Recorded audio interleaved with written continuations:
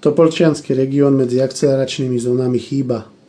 Do akej miery je to náhoda, to vám povedať neviem, ale chcem sa poďakovať každému jednému občanovi, ktorý poslal pripomienku, či už poštou, elektronickou formou, alebo ju osobne zaniesol na niektoré z ministerstiev.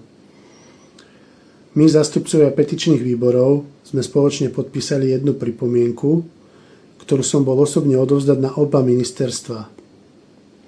Súčasťou tejto pripomienky boli aj petície, počty obyvateľov, ktorí ich podpísali, uznesenia obcí. Ministerstvo mi dokonca odpísalo, kde mi napísalo, že sa bude petíciami a uzneseniami zaoberať. Bohužiaľ musím spomenúť, že ani jeden zo starostov sa k našej pripomienke nepridal.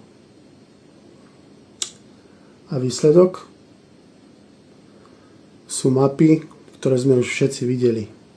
Áno, pán preseliansky starosta, videli sme ich. Samozrejme, týmto náš boj nekončí. V akceleračných zónach práve naopak. Tento boj pre ľudí, ktorí tam žijú, ešte len začína. Preto pokračujeme ďalej. Majte sa krásne.